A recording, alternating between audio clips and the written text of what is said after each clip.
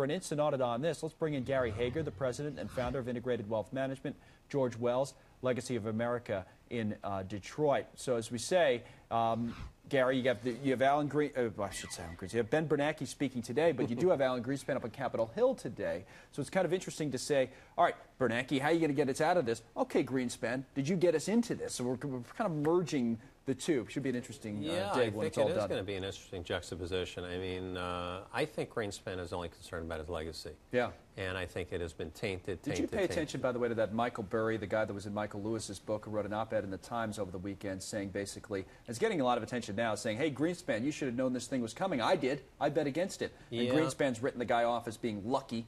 And now it seems like a little tit-for-tat, a little back and forth between those two. No, I'm sure that'll come up today. I think he, unfortunately, was pushed by the political waves at bay at that point to keep rates the way that they were, accommodating, allow the money to really flow.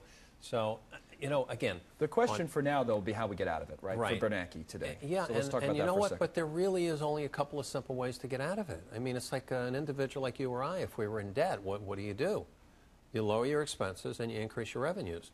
And how does a government lower expenses and increase revenues? Cut spending and raise taxes. Thank you. Well, we've been saying for a while that's what the Debt Inquiry Commission, and the biggest problem, whatever it's called, political suicide, if you will, is raising taxes and cutting spending. Exactly right. George, what's your take on that in terms of the exit strategy? Gary talks about basically what would happen legislatively. You know, from the perspective of monetary policy, at some point, interest rates are going to go up. They're already going up in the market. I mean, the 10-year Treasury with a 4% yield. The discount rates, the Fed has already raised that once. I guess they'll do it again. Where are we in the exit strategy, do you think? Well, I agree with Gary. You know, it's always the right time to do what's the right thing to do. And the hard line approach is, hey, you know what? We need to tighten up in our spending here. We need to be able to reduce what we're spending. And we also need to be able to raise taxes to fix this problem. You know, delaying things into the future to try to be politically correct and try to be popular, you know, we've put these people in position to be able to make smart choices for us, to make wise choices for us. Even if people don't like it, what's best for our economy and what's best for us, we're trusting that they're going to make the wise choices for us. But is the timing of it now, is now the time to be thinking, as some who are worried about inflation, we got to get these rates a little bit higher, overnight bank lending rate, George, or are we okay, as Bernanke seems to think, for a little while longer? Well, we have to be able to give the freedom for growth, which is lower interest rates. But at the same time, you know, my football coach in high school always said, it's always the right time to do what's right to do.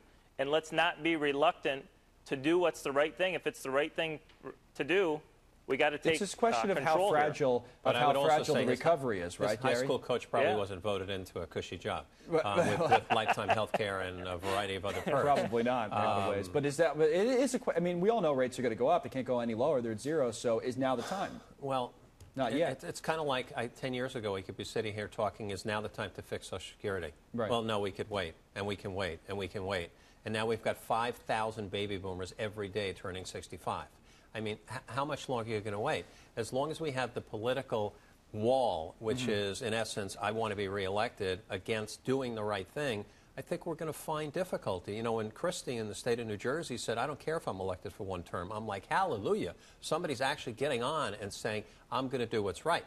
Now, of course, he is kind of attacking in education, I think, a little unfairly, but at least he's doing something. Thinking about cutting expenses. Yeah, and you have to, making hard decisions. But you know, the earmarks and the amount of just wasteful spending is off the charts. It is. It is, and it has been forever.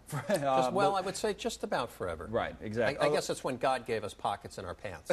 7 minutes past the hour. Thank you, Gary. And George, I do have a piece of breaking news, so we'll break away from this conversation just for a moment.